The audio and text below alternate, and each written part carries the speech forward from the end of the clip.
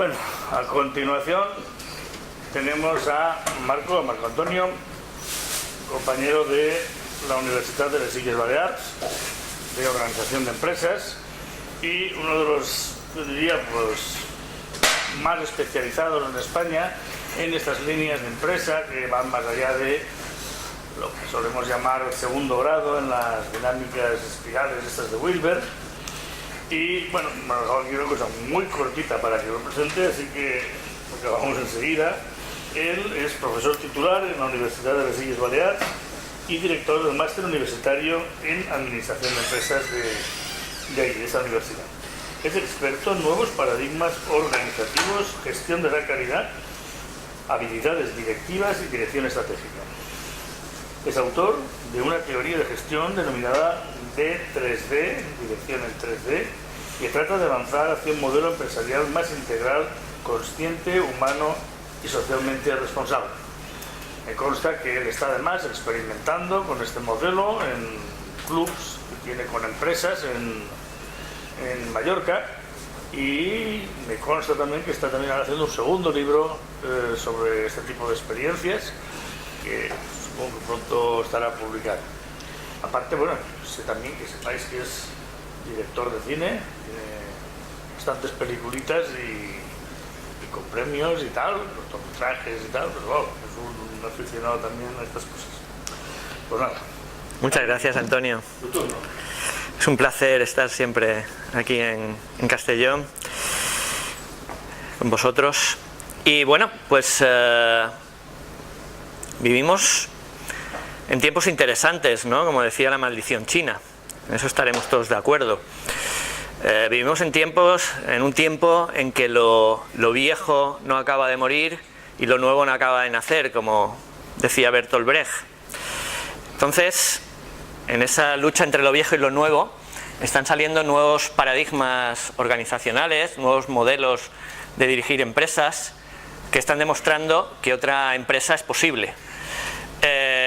Incluso diría yo más, que otra empresa, otro tipo de empresa es necesario.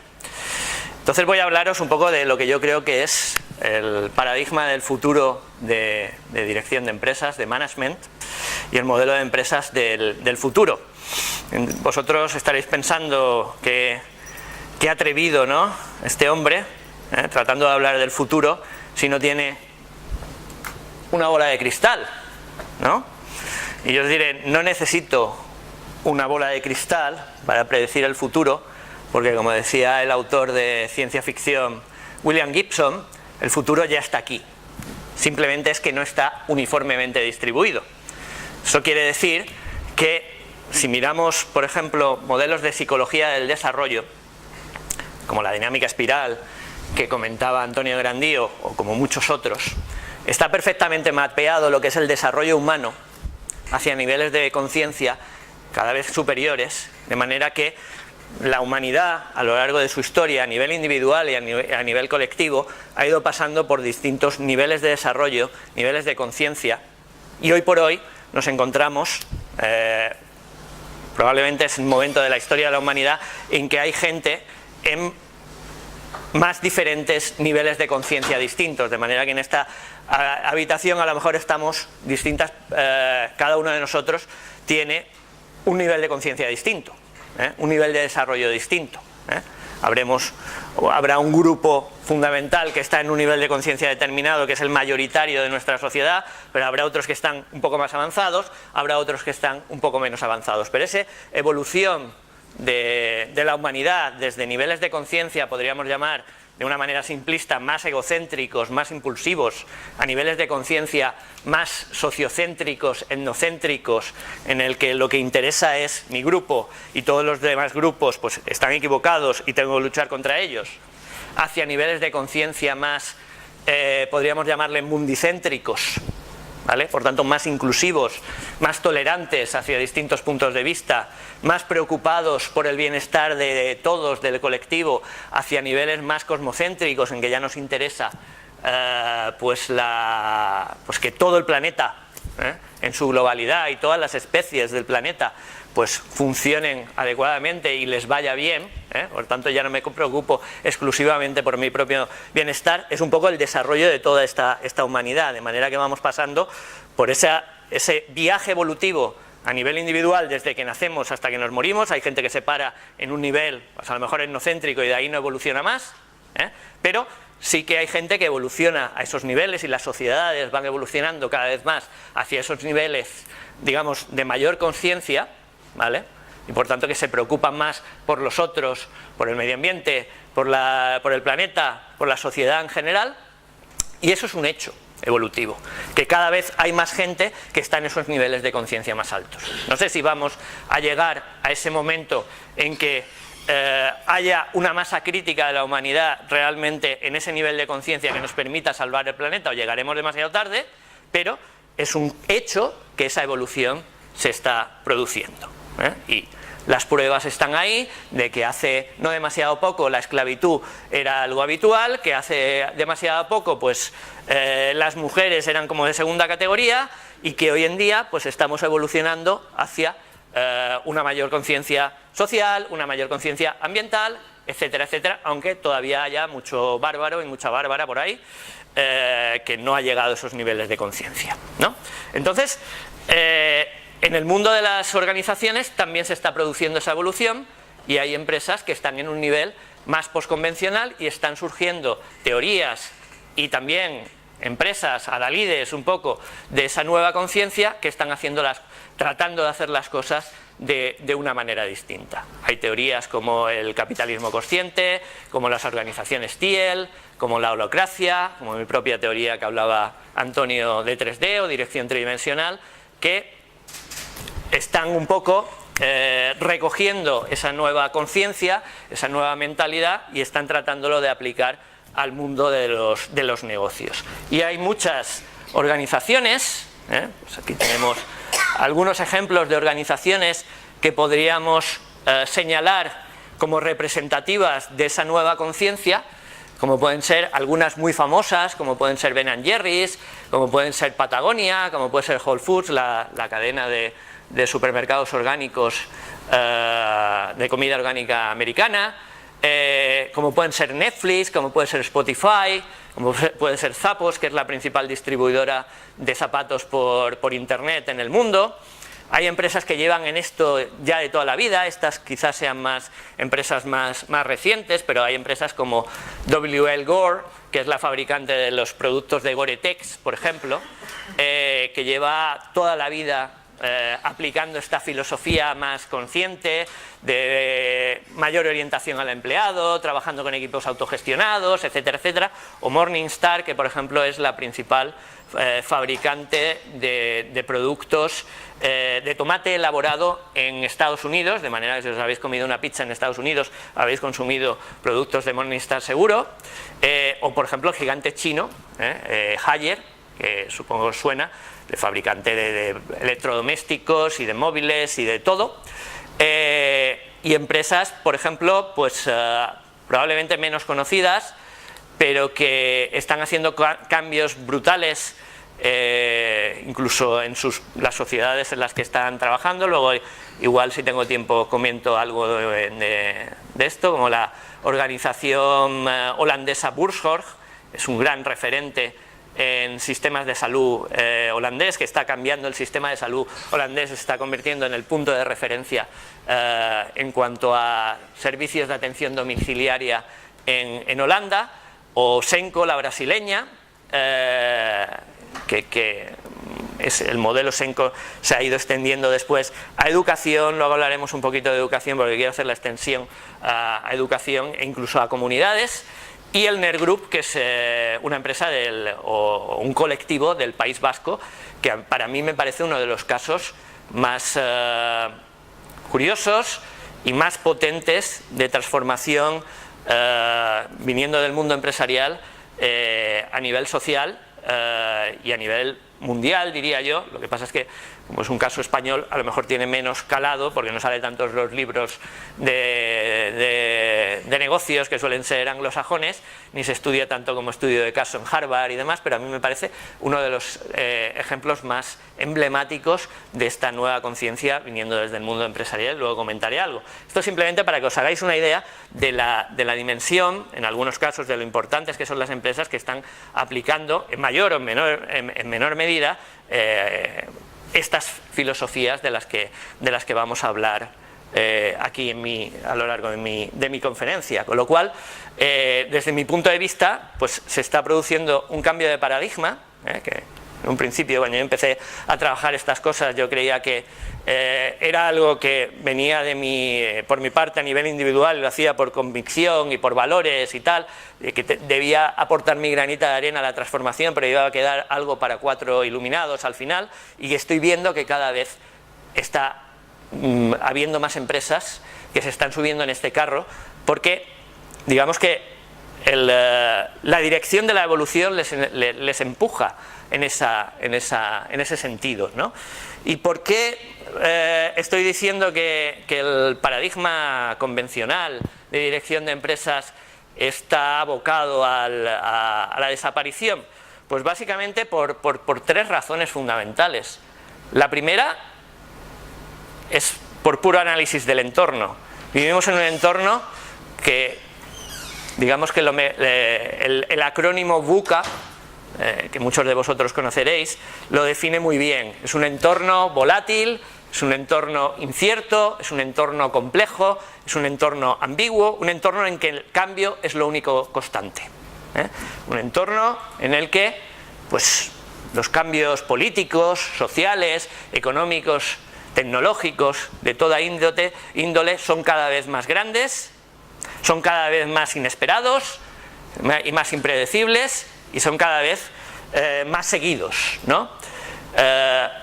En el que probablemente el cambio tecnológico es el que es más espectacular, de manera que los cambios que se están produciendo en la tecnología están redefiniendo nuestras vidas profundamente. Esto es un hotel en Japón, una cadena hotelera en Japón, ya tienen varios hoteles, tienen 3 hoteles, que se llama Genna, en la que todo lo que es el front office del hotel está operado exclusivamente por robots. Lo que veis aquí, la recepcionista el T-Rex este que hay por allí, se ve que es un bicho, que no es un humano, y el de la izquierda también se ve, el de la derecha de la izquierda vuestra es un robot, pero la de en medio también es una robot, es una recepcionista robot.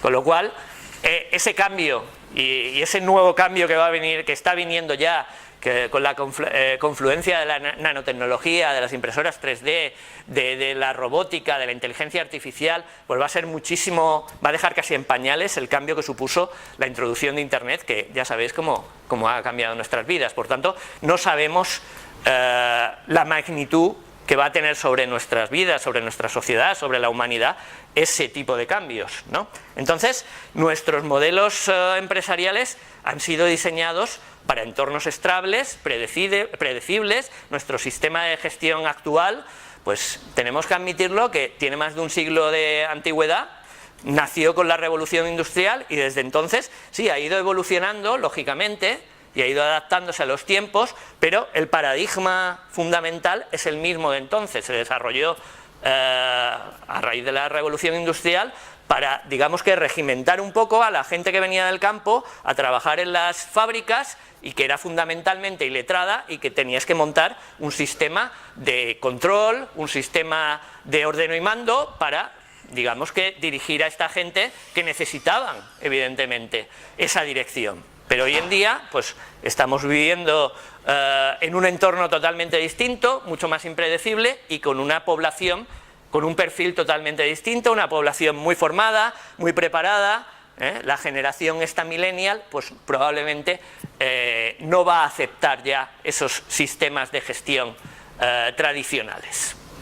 En segundo lugar, también hay una respuesta cada vez más grande y más negativa hacia las empresas y las corporaciones y las organizaciones. por parte de la sociedad en general. La sociedad ya no se conforma con, o los clientes, con tener productos de calidad y a buen precio, sino que exigen algo más, exigen a las empresas que sean buenos ciudadanos y les van a cerrar las carteras a aquellos que no lo sean, ¿no? Por tanto, el tema de la responsabilidad social, que hasta ahora era un elemento, y el tema de sostenibilidad y de cuidado del medio ambiente, etcétera, etcétera, el tema ético, en definitiva, es algo que, digamos que era algo ajeno o que era algo anexo, como mucho, algo secundario, dentro de lo que era la filosofía del paradigma tradicional de management, y que yo creo que en el futuro se va a poner en el centro de la cuestión porque el planeta nos lo exige, como decía anteriormente Ernesto. Y en tercer lugar, el tercer factor de cambio que está probablemente empujando hacia ese cambio de paradigma es a nivel interno, y ese es muy poderoso, y es el tema de los trabajadores, basta con hablar con la gente por la calle para saber que la satisfacción de los trabajadores con sus trabajos, con sus empresas y tal, no es muy alta. Pero sí, somos científicos aquí, somos académicos, y nos vamos a un estudio potente sobre el tema de compromiso de los trabajadores con la empresa. El estudio más potente que se ha hecho es el estudio que realiza Gallup, que es una gran empresa de investigación, que se llama State of the Global Workplace Report, y ese estudio se está haciendo desde el año 2009, ¿vale?, en más de 150 países, y a día de hoy, se hace anualmente, se han entrevistado ya más de 180 millones de trabajadores, ¿vale? No está mal como muestra, y los resultados que saca son demoledores. Como veis, el porcentaje de trabajadores, estos son los resultados del 2016, ¿vale?, pero bueno, que vamos mirando cada año y más o menos los resultados son parecidos, suben décimas, bajan décimas, etcétera, etcétera, pero el mapa es el mismo, ¿no?, o las conclusiones son las mismas. No es que fuera ese año un año malo ni nada por el estilo, todos son iguales. El porcentaje de trabajadores comprometidos con su organización, con su trabajo, es del 17%, ¿vale? Hay un 32%, perdón, más de un 50% de trabajadores no comprometidos. Eso significa que esos trabajadores no están remando todo lo rápido que deberían, y en cuanto te despistas un poco dejan de remar, ¿vale? Pero es que lo peor es que hay un 32% de trabajadores activamente descomprometidos. Esos trabajadores no es ya que no estén remando todo lo duro que deberían, sino que están remando en dirección contraria, si pueden, o haciendo agujeros en la barca, ¿vale? Entonces esta situación, para la buena marcha de una empresa es insostenible. Esto es una situación de bancarrota, y podemos decir, ¿la culpa la tienen los trabajadores? No, probablemente la culpa la tiene el sistema, Es un sistema que hace que las empresas, los trabajadores, en definitiva, no se sientan comprometidos, no se sientan involucrados en el proyecto empresarial, no se sientan satisfechos, no se sientan cuidados, no puedan florecer, no puedan desarrollarse dentro de la organización, porque es un sistema de orden y mando tremendamente jerarquizado, en general, ¿vale?, y que básicamente está basado en la desconfianza hacia las personas, ¿vale? Entonces ese sistema tiene que cambiar. Entonces el nuevo paradigma, y lo que están haciendo estas nuevas teorías, o proponiendo estas nuevas teorías y estas nuevas empresas, las buenas prácticas de todas estas nuevas empresas, es cambiar con todos estos elementos que el sistema tradicional, pues que estaba muy bien diseñado probablemente en su momento, porque era necesario a lo mejor un sistema parecido o de acuerdo a estas características para las condiciones del entorno que existían en aquella época, ya no son adecuadas para las condiciones que tenemos en la actualidad. Entonces están decidiendo cambiar de acuerdo con esta evolución de la conciencia, que hace que cada vez más personas estén en unos niveles de conciencia superior y estén, digamos, exigiendo a nivel cliente, a nivel trabajador, a nivel sociedad y a nivel incluso líderes empresariales, estén exigiendo y proponiendo otras maneras de hacer las cosas. Entonces, algunas características de estos modelos empresariales. La primera de las características es el cuestionamiento de uno de los principios sacrosantos de la administración de empresas. Cuando yo hice administración, yo hice economía y administración de empresas, la licenciatura en mi día, ¿no? Pero el primer día ya te cuentan que el principio o que el objetivo último de la empresa es la maximización del beneficio. Todo lo demás viene después, ¿vale? Entonces, estas empresas en general, digamos que cuestionan este principio básico. Y estas teorías también. Están introduciendo otros objetivos que combinan con este objetivo de la maximización del beneficio y están quitándole importancia relativa para igualarlo con otros objetivos que puede tener también la organización. Porque el beneficio es un objetivo que no es lo suficientemente motivador para los trabajadores para comprometerse con el objetivo final de la empresa. A mí no me motiva que el jefe se haga rico, a mí me motivan otras cosas, ¿vale? En segundo lugar, también pues es un objetivo que es final, que no es un objetivo instrumental, es un resultado, ganar dinero, pero es un resultado de que yo haga otras cosas y de que tenga otros objetivos. Si hago determinadas cosas bien, como satisfacer a mis clientes, como tener un objetivo que satisfaga necesidades sociales, etcétera, etcétera, el dinero me va a venir solo. Por tanto, es un objetivo que tengo que tener ahí presente, pero que no tiene que ser mi objetivo último y sacrosanto. De hecho, es uno de los principios básicos de mi teoría de 3D. Mi teoría de 3D es una teoría basada en que es una aplicación de la teoría integral del filósofo Ken Wilber, que lo que hace es, la teoría integral es una teoría probablemente de las más importantes recientes, desde este último siglo, en el sentido de que ha tenido un gran impacto sobre otras disciplinas, ¿no? Se aplica la teoría integral esta a cualquier ámbito del saber humano y tiene aplicaciones. Si tú vas a una conferencia de teoría integral, te encontrarás que hay educación integral, que hay medicina integral, que hay dirección de empresas integral, psicología integral, espiritualidad integral, todos los campos del saber humano, digamos, con esa filosofía integral que lo que busca es crear mapas probablemente más complejos, sí, en estos tiempos que vivimos tan complejos, mapas que traten de incluir todas las teorías y todas las perspectivas que sobre el saber humano se han ido desarrollando, tratarlos de incluir en un mapa más, digamos, holístico, que combine lo bueno de esas teorías y saque una metateoría, una teoría de mayor profundidad, y también pues de mayor, que no margine determinadas cosas, ¿no?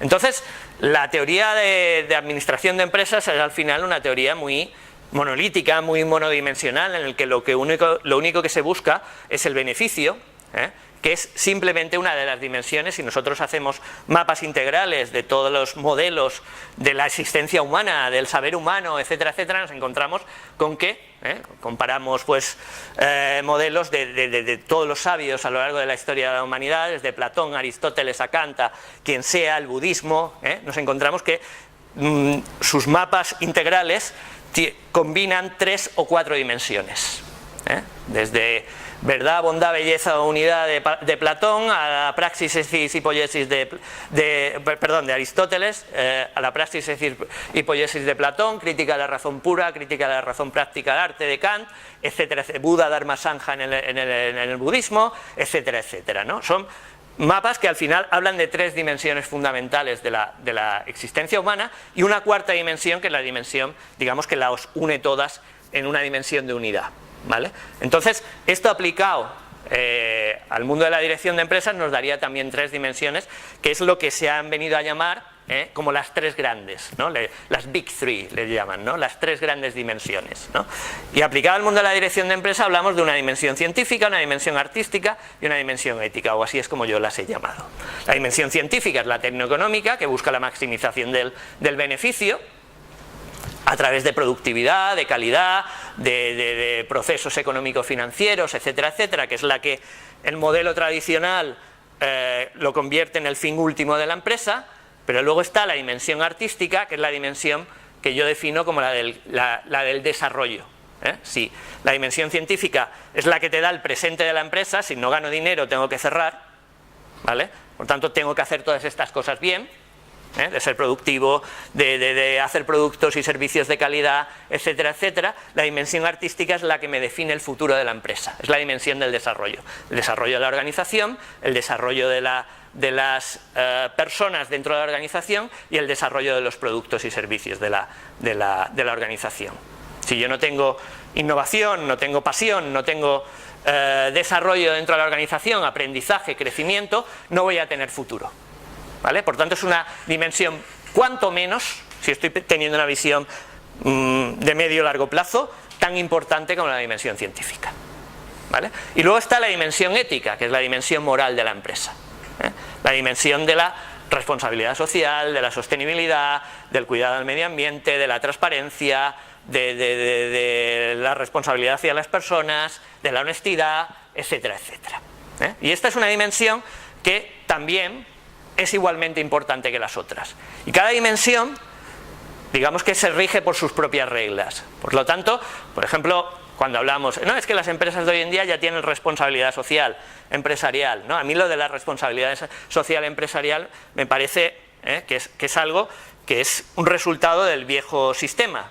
Está bien como un avance de que por fin la empresa pasa de ser amoral a tener por lo menos una cierta preocupación por la sociedad, por el medio ambiente, etcétera, etcétera, pero al final es como un añadido que pones ahí medio metido con calzador, y que, bueno, pues si las que tenemos crisis y tal, todo esto que hacíamos de responsabilidad social lo quitamos, ¿no? Y que es un poco filantropía o es un poco maquillaje, el greenwashing que le llaman los ingleses y tal, para que parezca más verde y la gente me compre más, ¿no? Tanto, como la gente me lo está demandando, lo hago, pero es un fin utilitario, no. La ética la haces porque tú crees que es lo correcto, no porque te va a dar un rédito, ¿no? Entonces, la dimensión ética es una dimensión separada, con sus propias reglas, y tú lo haces porque crees que es lo correcto, no porque te va a hacer ganar más dinero, ¿vale? Entonces tiene que tener su propia independencia y tiene que tener el mismo peso que las demás, pero yo la pongo siempre en el vértice del triángulo abajo, porque yo creo que es una especie de dimensión que te marca los límites, de qué es correcto, de qué no es correcto, de qué hasta dónde puedes llegar para ganar más dinero, hasta dónde puedes llegar para crecer más, etcétera, etcétera, ¿no? Por tanto, es igualmente importante que las demás, pero sí que marca las reglas de las otras dos. Y estas tres dimensiones se combinan y se conjugan en una dimensión de unidad que yo llamo la dimensión espiritual de la empresa. Bueno, no la tengo aquí, pero la dimensión espiritual es la dimensión, por tanto, en realidad las tres grandes, las Big Three, no son tres, son cuatro, son los cuatro fantásticas, ¿vale? En que hay una dimensión espiritual que es la dimensión de unidad que combina todas esas y que tiene como dos subdimensiones, la creación de propósito y la creación de comunidad, ¿vale? Entonces, el propósito es lo que casi todas estas empresas que yo he enumerado identifican como su fin último. Mi fin último es cumplir con mi propósito, no es ganar más dinero. El dinero es algo que vendrá y que necesito para vivir, igual que los seres humanos necesitamos oxígeno para respirar, pero respirar no es el principio no es el fin último de mis vidas. Ahora, si paro de respirar, me muero, ¿vale? O el comer, lo mismo, Digamos que, llevado al campo de las organizaciones, el ganar dinero sería como el comer o el respirar, algo que tú necesitas para vivir, ¿vale? Pero que no es el fin último de tu vida. De la misma manera, las organizaciones estas postconvencionales tienen su propósito claramente identificado y ese es el fin último de la organización. Eso es por lo que trabajan y por lo que luchan, y eso es lo que motiva a los empleados a venir a trabajar cada mañana allí, y eso es lo que motiva que esa organización exista para dar un servicio al final a la humanidad. Ese propósito claramente identificado.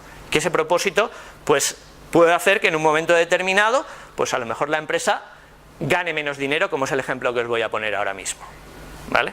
Pero al final, bueno, pues hay estudios, y hay un estudio muy famoso que se llama Firms of Endearment, que es el estudio más potente que se ha hecho en este sentido, que compara las empresas tradicionales, las empresas del Fortune 500, el índice americano bursátil, con las el Standard & Poor's 500,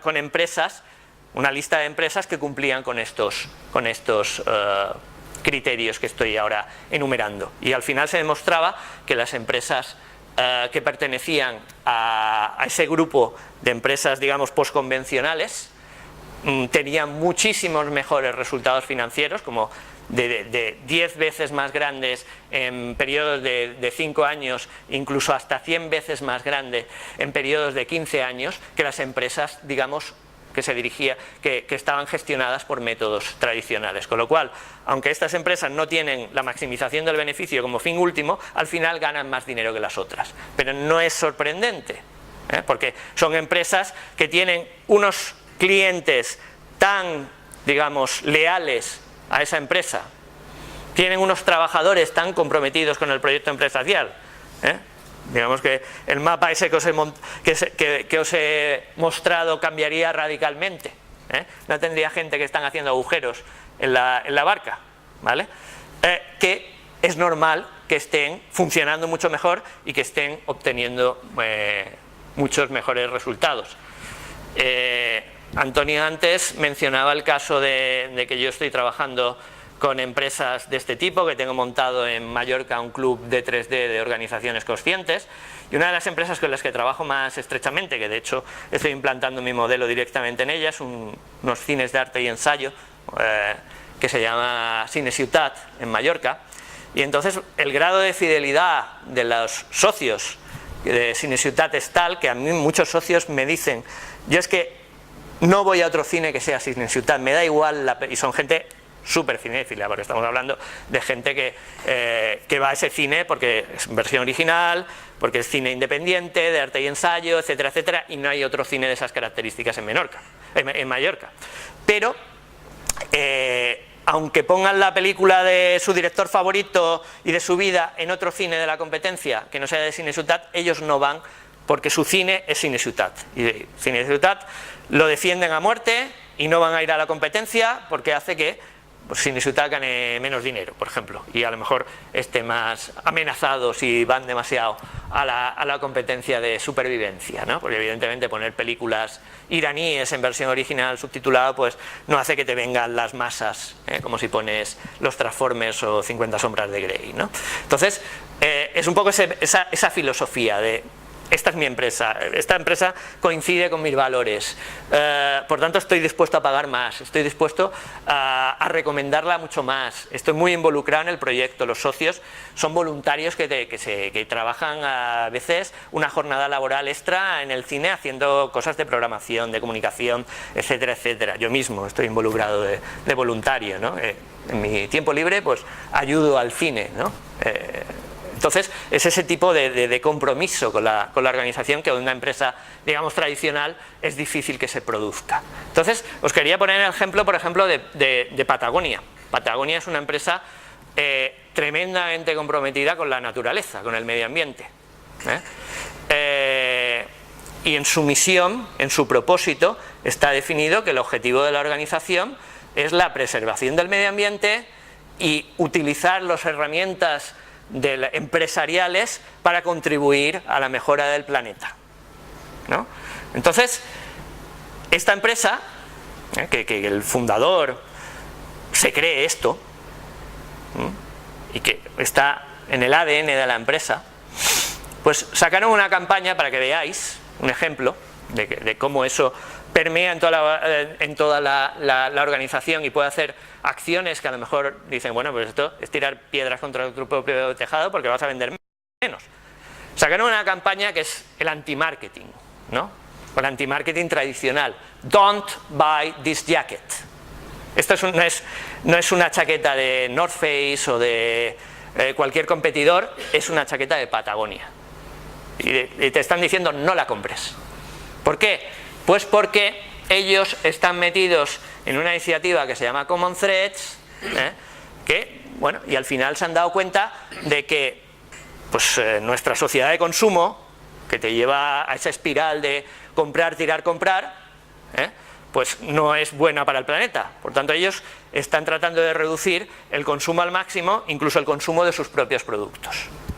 Por tanto, si tienes una chaqueta de Patagonia rota, en lugar de tirarla y comprar otra chaqueta de Patagonia, ellos lo que han introducido es una campaña en la que te reparan las prendas que tengas usadas y te las dejan en principio como nuevas, Además lo hacen muy bien porque tienen una especie de furgoneta así muy chula que va paseándose y va haciendo campaña por Estados Unidos y las llevas allí. Bueno, por supuesto las mandas por internet, las mandas por correo y te la devuelven a casa, pero también hacen esa digamos, campaña más de concienciación y más tangible y más visible en que van con la furgoneta por los pueblos de Estados Unidos, Entonces, lo que están buscando es el reciclaje, la reparación de las prendas, en lugar de tirar las prendas. Por un precio te reparan tus prendas y así evitas generar más residuos, etcétera, etcétera, ¿no? Entonces, eso es lo que al final pues crea clientela fiel para Patagonia, pero están viviendo de acuerdo a su propósito, que a lo mejor tiene un efecto negativo sobre su cuenta de resultados, pero como mi propósito es contribuir a la preservación del planeta, pues eso es lo que hago, ¿no? En segundo lugar, también son empresas más conscientes. Son empresas que tienen en cuenta, bueno, ya lo hemos visto un poco en Patagonia, pues mucho el tema de responsabilidad social, el tema medioambiental, etcétera, etcétera. Aquí hay ejemplos pues, de algunas de estas empresas que son clásicas en este sentido, algunas de ellas como Ben & Jerry's, como Body Shop, tanto desde el punto de vista medioambiental como desde el punto de vista social, o como Whole Foods, o como por ejemplo Fairphone, ¿no? Y por último, son empresas más humanas, en el que se preocupan por las personas que están dentro de la organización, por buscar el desarrollo de esas personas dentro de la organización, que esas personas puedan realizarse en el desarrollo de su trabajo, que trabajar no sea esa maldición de te ganarás el pan con el sudor de tu frente, que decía Ernesto, que no hace falta ir a trabajar con cara de estreñidos, sino que te puedes divertir, que te puedes realizar, que te puedes pasártelo bien en el trabajo. Esto es el entorno laboral de Zappos, esta empresa pues que es uno de los máximos exponentes de la holacracia, y en Zappos, por ejemplo, pues dejan que los trabajadores decoren su propio entorno laboral. Esto no es una fiesta de cumpleaños ni nada, sino que es el entorno laboral de Zappos, en que la gente se va decorando sus propios cubículos y tal. Son empresas que en general pues tienen medidas tan radicales, por ejemplo Netflix, en que pues por ejemplo en Netflix no tienes un horario laboral. Tú trabajas lo que quieres, con que cumplas con tus objetivos, a no ser que tengas turnos y tal, o estés de atención telefónica y tengas tal horario, o de cara al público, que evidentemente eso tienes que tener tus horarios, pero si tú estás trabajando en la oficina y no tienes digamos una obligación de estar allí en la oficina a tal hora, pues no tienes una máquina de fichar, sino que tú vas cuando quieres, trabajas las horas que quieres. Bueno, si trabajas 3 horas, nadie te va a controlar de que hayas trabajado 3 horas, si trabajas 8 o si trabajas 16, porque esa frontera clásica entre lo que es trabajo y ocio hoy en día está mucho más desdibujada, y a lo mejor me estoy duchando y estoy pensando en un problema de la empresa, o a lo mejor tengo el móvil y ahora me llega un mensaje y me pongo el domingo a contestar a un correo laboral, ¿no? Con lo cual ellos lo que quieren es que la gente pues rinda al nivel que se espera y cumpla con sus responsabilidades y con sus obligaciones, pero no te obligan a que tengas un horario laboral en que tú tengas que ticar para que estés controladito, ¿no? Es decir, ahí lo que están las empresas en las que ticas controlan tu presencia física, ¿no? Pero el asentismo psicológico no lo pueden controlar. Si tú estás en el ordenador con el Facebook, o estás con el WhatsApp, o estás pensando en el partido del otro día o en el fin de semana, pues eso no lo puedes controlar, ¿no? Por tanto, es mejor que tener a la gente en cuerpo y alma en la empresa. Y es lo que tienen. Tienen además, tampoco te controlan los periodos de vacaciones. Si tú te quieres ir 3 meses de vacaciones, nadie te va a decir que no. Que tú cumplas con ese mínimo exigido de obligaciones, ¿no? Y luego, bueno, pues por ejemplo CyberClick, que es una empresa que me consta que David Tomás ha estado también aquí, lo invitasteis. Esta es una empresa española. Que por ejemplo también es una de las, bueno, ha sido galardonada en varias ocasiones como uno de los mejores sitios para los que trabajar, ¿no? El Great Place to Work, que es un galardón que se da a las empresas que crean las mejores condiciones de trabajo. Ellos tienen lo que se llama el semáforo de las emociones, que es algo que tienen otras también muchas empresas, que cuando la gente entra por la mañana, lo primero enciende su ordenador, lo primero que le sale es esa pantallita, el semáforo, y tú tienes que contestar cómo estás, ¿no? ¿Estoy rojo, estoy amarillo o estoy verde? Entonces, si estás rojo, pues el jefe lo sabe y va y te pregunta, oye, ¿qué te ha pasado? Tal, uy, que tengo este marrón, que no sé qué, tal. Entonces entienden un poco la situación en la que se encuentran, las emociones, y pueden calcular un poco cuál es el nivel medio de satisfacción, ¿no?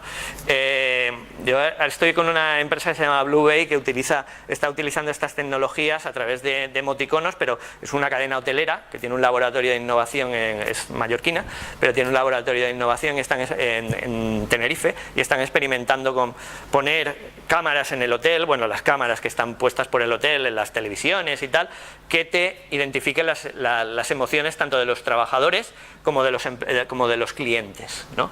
De manera que si tú estás sonriendo, automáticamente eso hay apps que te lo, digamos, convierten en un emoticono, y te lo convierten en un emoticono de cara sonriente, ¿no? Entonces tú puedes ver esa persona que normalmente es muy sonriente, ese recepcionista que siempre está sonriente, pues hoy no está tan sonriente. ¿Qué está pasando con esta persona? ¿Qué problema tiene? ¿Vale? Entonces, el cuidar un poco la satisfacción de los trabajadores y el estado de ánimo de los trabajadores, pues algo que es bastante radical en comparación con el modelo tradicional. Y para ser más radicales todavía, una de las premisas de la mayor parte de estas empresas es que son empresas sin jefes. Si pensáis en un mundo sin jefes, algunos de vosotros pensaréis como en el paraíso terrenal, ¿no? Pero también muchos de vosotros a lo mejor pensáis en la anarquía y en el caos, ¿vale? Si estáis pensando en anarquía, tendréis razón, porque la etimología de la palabra anarquía viene del griego arcos, que significa simplemente sin jefes. Pero estas son empresas que no tienen jefes, pero que sí tienen reglas. Tienen modelos muy avanzados en algún caso, como la holocracia, como la sociocracia 3.0, que te marcan cómo funcionar estas organizaciones. Y la premisa en las empresas que aplican estos modelos organizativos y que por tanto no se convierten en un caos, porque en una empresa no puedes estar haciendo lo que a ti te dé la gana, siempre, sino que tienes que tener unas reglas de funcionamiento. Esas reglas de funcionamiento pueden ser totalmente ajenas al principio de la jerarquía de dominio tradicional. Yo puedo funcionar perfectamente, y lo he experimentado y lo he implantado, y hay un cambio brutal, ¿no?, de empresas que se mueven por estos principios a las empresas que se mueven por los principios tradicionales, porque en estas empresas no funcionan, digamos, en base al caos y a que nadie esté a cargo, sino que lo que ocurre en estas organizaciones es que todo el mundo está a cargo. Todo el mundo se hace responsable de su trabajo, todo el mundo está comprometido con el propósito de la organización y todo el mundo asume responsabilidades y hay mecanismos para que se asuman las responsabilidades. Se sabe perfectamente, hay reglas perfectamente definidas y hay mecanismos perfectamente definidos de cómo tomar decisiones, de cómo gestionar conflictos, de cómo organizar una reunión, etcétera, etcétera, ¿no? Entonces, es, digamos, uno de los creadores de la holacracia, Tom Thomison.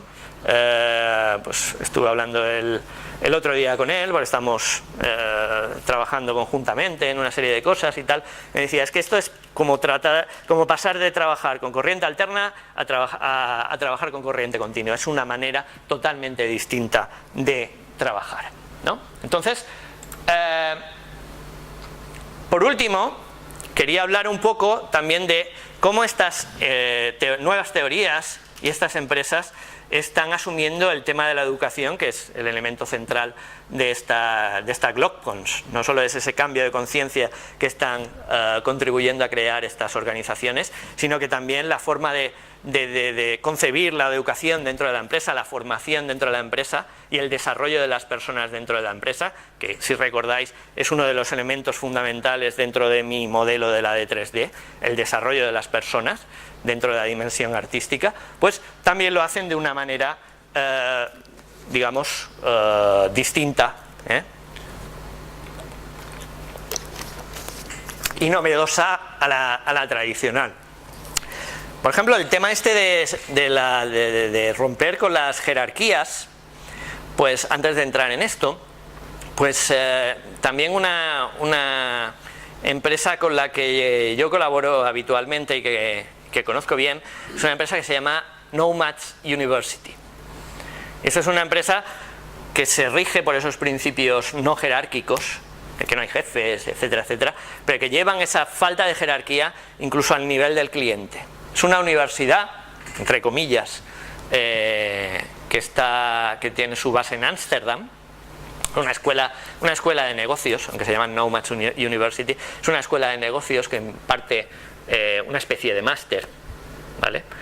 En la que pues se rigen exclusivamente por principios, digamos, democráticos y de autogestión, llevados hasta el más mínimo detalle y hasta el último extremo de que los estudiantes que se enrolan en esa universidad deciden el programa que tienen que seguir. No hay un programa, digamos, preestablecido, un plan de estudios preestablecido, que es el modelo tradicional de la universidad, ese modelo un poco prepotente de decir, bueno, pues esto es lo que os va a servir cuando acabéis aquí dentro de 5 años. No tenemos ni idea cómo va a ser el mundo dentro de 5 años. Entonces, ¿cómo puedes haber desarrollado un plan de estudios que te asegure que todas estas herramientas que estamos explicando hoy día aquí son las que te van a servir dentro de 4 años cuando acabes la carrera universitaria? Y en la que tú pues simplemente seas un mero receptor de información, porque eso, digamos, que viene bendecido por una entidad superior que lo sabe todo, que se llama ANECA y que se llama Ministerio, etcétera, etcétera, ¿no? Entonces, en ese entorno buca que decíamos, suena bastante absurdo todo esto, ¿no? Y ellos pues llevan eso a la práctica. Sí es cierto que tienen determinadas herramientas comunes que se imparten al principio del curso, que básicamente son herramientas que te enseñan cómo hacer un business canvas, que te enseñan cómo trabajar con comunicación no violenta, que te enseñan una serie de herramientas que ellos consideran útiles para estos graduados que acaben su titulación en la Nomad University, pero luego son los alumnos que tienen unos tutores que les asesoran y tal. Sí que hay seminarios que se van produciendo tipo y tal, que se van produciendo cada X tiempo, pero es una universidad o una institución muy orientada a la práctica, en las que hay unos tutores, en las que trabajan por proyecto, de manera que hay empresas colaboradoras que van allí y con sus problemas, oye, tengo este problema de comercialización de mis productos, tengo este problema de desarrollo de mis productos, quiero ideas creativas para lanzar algo nuevo al mercado, y los alumnos cogen esos proyectos y en función de esos proyectos que tienen, pues van desarrollando necesidades de, oye, yo necesito que me enseñes contenidos de cómo organizar una empresa así sin jefes, por ejemplo. cuéntame esto de la holocracia. Pues quiero un curso de holocracia, ¿vale? Y te montan un curso de holocracia. Es programas que se desarrollan ad hoc cada año. Cada nueva, digamos, promoción tiene unas necesidades distintas y desarrolla su propio programa, que ellos, los tutores, si saben impartir esos contenidos, los imparten ellos, y si no, pues buscan gente fuera que vengan y que den esos cursos, ¿vale? Entonces es algo muy, muy orgánico, en el que también hay un aprendizaje colectivo, ¿eh? Son esos principios de educación democrática y tal, ¿no? Como hay muchos colegios de primaria y de secundaria que se rigen por esos principios, en el que pues los alumnos de la promoción anterior también enseñan a los de la promoción nueva, hay aprendizaje colectivo, hay esa investigación colectiva que hablábamos el otro día, de que se aprende más buscando tú la información, de que un tío venga y te suelte un rollo, etcétera, etcétera, ¿no? Entonces son esos principios los que aplican en esta Nomads University, y en el que no hay jerarquía en el sentido no ya de los propios trabajadores y de los propios miembros de la organización, sino que no hay jerarquías en el sentido de que pues el profesor no es alguien que lo sabe todo y va repartiendo, se sube al púlpito y reparte conocimientos, sino que también pues un alumno determinado pues puede convertirse en profesor para una cosa determinada, otro alumno será el profesor siguiente, es decir, hay ese aprendizaje colectivo y democrático entre todos, y evidentemente pues la Nomads University no es una institución, digamos, que tenga el reconocimiento del Ministerio de Educación y Ciencia holandés, por tanto no dan títulos. Peter Spindler, que es digamos el líder de Nomads University, me dice: aquí no damos títulos, aquí, pero si quieres te puedes hacer un tatuaje con Nomads University, ¿no? Sí. Cualquier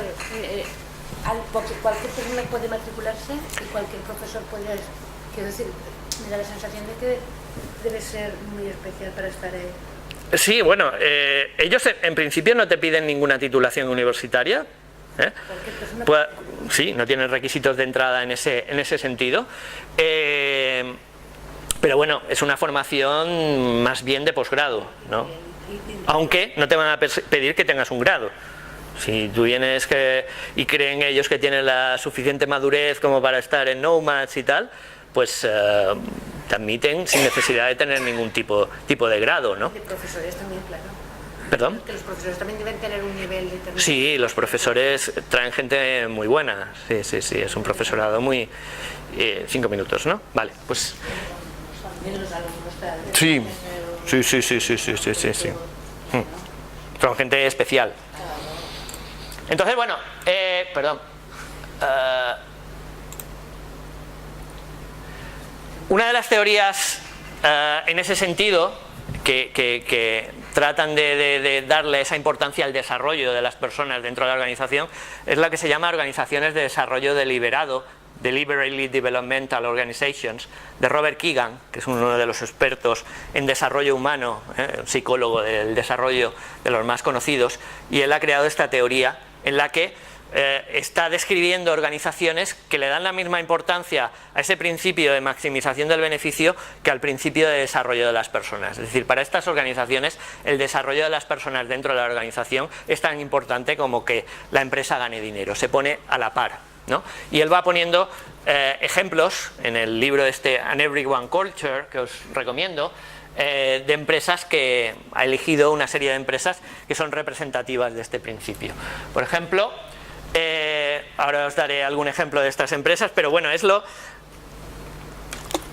la idea subyacente aquí es que, y es lo que hace tan potente el tema que habéis elegido este año para la GlockComs. Yo creo que si estamos hablando de la necesidad de la transformación de la conciencia planetaria de las personas y de la humanidad, pues los dos principales ámbitos en los de que se puede y se debe trabajar para desarrollar la conciencia de las personas son dos hoy en día en nuestra sociedad. Uno es la educación y otro son las empresas. La empresa es la organización más poderosa de la historia de la humanidad. Las empresas hoy por hoy determinan lo que comes, cómo te vistes, lo que lees, lo que piensas, todo está controlado por organizaciones al final. Con lo cual, si las organizaciones asumen esa responsabilidad con el desarrollo de las personas, igual que las instituciones educativas, se produce ese cambio de paradigma que Antonio decía antes, pues la transformación va a ser mucho más rápida. Vamos a llegar a ese tipping point que dicen los expertos de que si consigues un 10% de personas a un nivel de desarrollo determinado va a producir unos efectos brutales a nivel de toda la humanidad, ¿no? Entonces, si conseguimos un 10% de personas en el nivel TEAL, integral, holístico, como le queramos llamar, es lo que probablemente vaya a conseguir que salvemos a la humanidad, ¿no? Porque esas personas van a estar en las esferas de poder, van a tener esferas de influencia muy amplias y eso va a hacer que la sociedad se transforme, ¿eh? Pero luego hay ese efecto de que los otros siguen un poco a esos líderes, ¿no?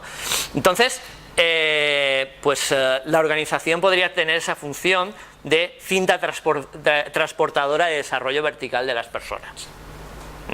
Ken Wilber habla, por ejemplo, del poder que pueden tener las religiones como cinta transportadora de desarrollo vertical si dan ese salto evolutivo y pasan a ser de transmisores de contenidos míticos a ser algo mucho más, pues el mismo Papa actual pues supone un cambio de conciencia importante porque está en un nivel mucho más pluralista y está dando mensajes pues de protección del medio ambiente, y eso hace que mucha gente a lo mejor se conciencie porque son profundamente religiosas y lo toman como líder, como referente, o de mayor tolerancia ante la diferencia, personas homosexuales, o no dejar pasar según qué cosas pues de los casos de pederastia, etcétera, etcétera. Esto puede hacer estas personas en posiciones de liderazgo, un líder gubernamental, un líder religioso, etcétera, etcétera, puede tener un gran poder de influencia sobre personas en un nivel de conciencia más tradicional, más conservador, más de seguidores, y las empresas también podrían tener ese efecto. Entonces, bueno, ejemplos de que hacen ese tipo de organizaciones. Una empresa que conozco que se llama Quantum Monkeys, que es una empresa consultora canadiense. Lo que tienen es lo que llaman ellos las baseball cards, o sea, las cromos estos que tenemos nosotros también, aquí tengo a Marco Asensio, yo soy del Madrid y soy mallorquín, entonces he puesto a Marco Asensio, que mi hijo tiene, y entonces ellos tienen para cada uno de sus empleados su baseball card que identifica cuáles son mis puntos fuertes y mis áreas de desarrollo. 3 puntos fuertes, 3 áreas de desarrollo, con la puntuación que tiene Marco Asensio aquí. En defensa tiene un 58, en ataque tiene un 92. En el medio ya no sé qué significa, bueno, me pierdo. Pero bueno, es un poco eso, ¿no? Y entonces todos los trabajadores, en base de la evaluación interpares y su propia evaluación, pues tienen eso. Otra empresa que se llama Decurion, que tiene cines y que tiene además también residencias para tercera edad y tal, pues tiene, por ejemplo, prácticas del tipo touch points. Touch points son reuniones que tienes con cada empleado, con el directivo, y ahí pues se discuten metas personales de la persona. Por ejemplo, en ArcLight Cinemas, que son unos cines bastante conocidos, yo que he vivido en Los Ángeles y he ido varias veces a esos cines, pues te puedes encontrar una persona que sea taquillero, pero que, por ejemplo, pues como allí todo el mundo quiere dedicarse al mundo del cine, pues quiere que ser director de arte, por ejemplo, y a lo mejor pues su jefe, pues esto es un caso real, le dice, bueno, pues si tú lo que realmente quieres ser es director de arte haciendo películas y tal, pues encárgate de diseñar todos los eventos que organizamos en el cine. Tú te encargas de la decoración, etcétera, etcétera, para que tú puedas desarrollarte en este campo. Otro ejemplo de los developmental pools. Los developmental pools son situaciones que crean los directivos de reto para que las personas puedan desarrollarse, para que las personas puedan coger más responsabilidad, hacer cosas que no saben hacer, y le van poniendo retos periódicos para que esas personas se vayan desarrollando dentro de la organización. Y luego tienen competency boards, como tableros en los que estás claramente identificados en qué nivel de competencia estás en las distintas áreas que ellos tienen identificadas, de manera que estás en un nivel azul si has pasado el nivel mínimo de competencia. Y por último, y acabo, NextJump, que es una empresa también de las identificadas por Keegan como Deliberately Developmental, pues ellos tienen, es una empresa que a lo que se dedica es a crear programas de fidelización para empleados y tal, a través de apps y tal, y es una empresa bastante potente, y su lema es Better Me más Better You igual Better Us.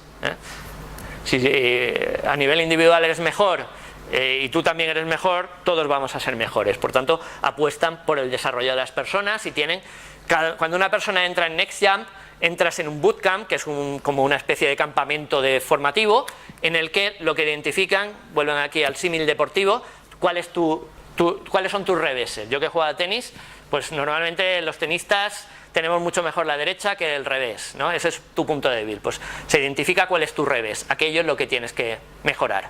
Y a lo largo de esas 3 semanas es imprescindible, en lugar de ocultarlo y tal, porque estoy en proceso de selección o acabo de entrar en la empresa y tal, y no conviene que se sepa que en esto no soy tan bueno. Si no sales del bootcamp con tus reveses claramente identificados, para atrás, o dejas la empresa. Vuelves a hacer el bootcamp o dejas la empresa y te indemnizamos con $5.000, me parece que era, y tal, pero te vas.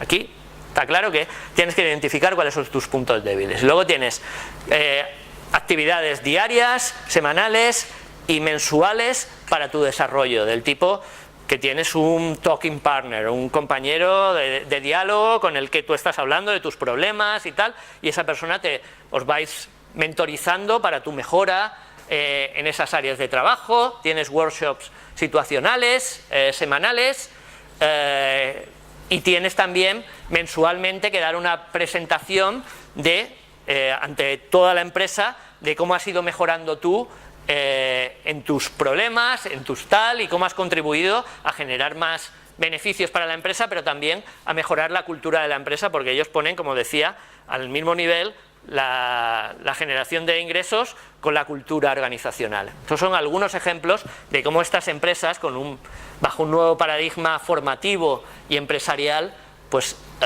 están gestionándose.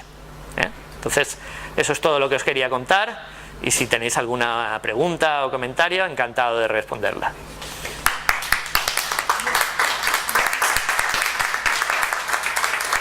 Rosana. Un sentir que me acaba de surgir, que me gusta mucho, estaba pensando en estas cosas de eso y tal, pero a la vez siento como un conflicto, porque esto me resuena también a un poco, muy burocrático, mucho control, veo mucha libertad, pero como una especie de control enmascarado. Parte del revés, la lista de no sé qué, no sé, no lo sé. Y mira que me gusta que fotos y todo para idea. Bueno, o me equivoco yo, ¿sabes? Pero de momento el sentido como el control, como una especie de control enmascarado. Vale, el control yo no lo considero malo en sí mismo. Es decir, es necesario un cierto control en tu vida, es necesario que tú te hagas responsable de tus obligaciones, es necesario que si mi trabajo depende del tuyo, yo ejerza ese control hacia ti y te diga, oye, que esto que me tenías que entregar ayer todavía no me lo has entregado, si no la organización es un caos. Por tanto, estas organizaciones que se basan en el principio de libertad y de autonomía responsable, también tienen sus mecanismos de control, lógicamente. O sea, no jerarquía no significa descontrol. Por tanto, necesitan sus mecanismos de control, y yo creo que son buenos, ¿no? Porque uno de los pecados en los que caen estas organizaciones postconvencionales, en esa evolución en la que van pasando desde el naranja, de la organización, digamos, más profesionalizada, competitiva y tal, al verde, hasta llegar al tiel, en el verde, es de aquí no hay jerarquía y cada cual, pues lo que tú fluyas y tal. No, eso te crea un descontrol de la organización, que esas organizaciones normalmente fracasan, ¿no? Entonces yo creo que hay que combinar y hay que poner el control en su adecuado nivel, en el sentido de dar ese control que venga de la presión de los pares y que venga también sobre todo el autocontrol, ¿no? De que el control, digamos, tú sea responsabilidad, ¿vale? Dime. No. Pues sí.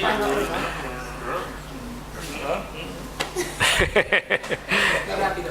Nada, muchas gracias.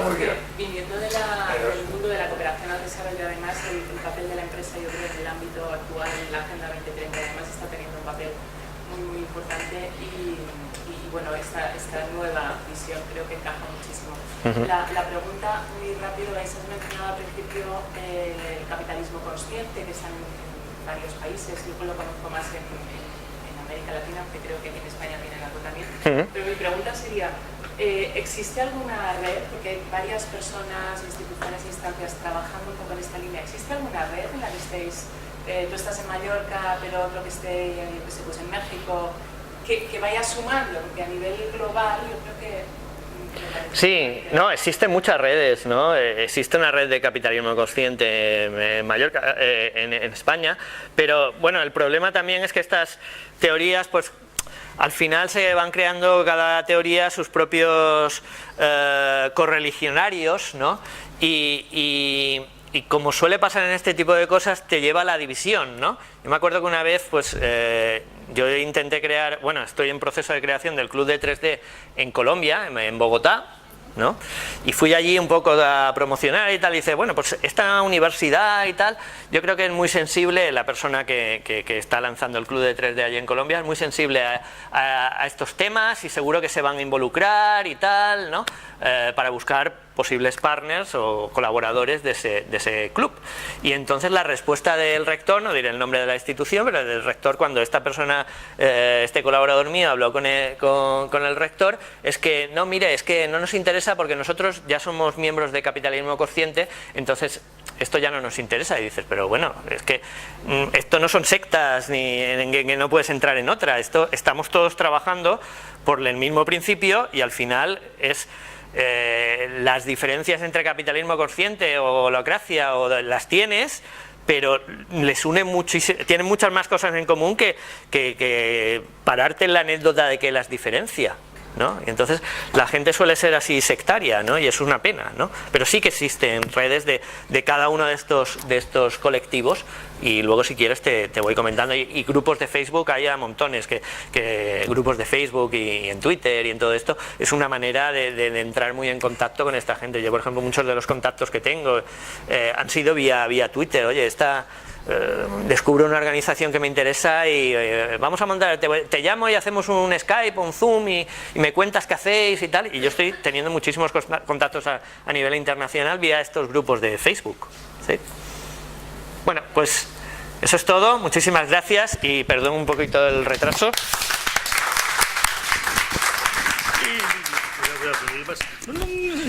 Así es.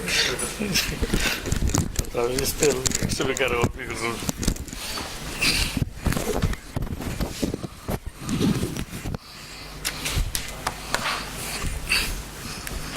Bueno, siento que tengamos que cortar así, pero claro, son obligaciones del tiempo, porque si no, no cumpliremos horarios y tal. Bien, próximo ponente es Juan García Armengol, que ya dio ayer un seminario y ahora va a dar pues la conferencia para el GlobeCons pleno.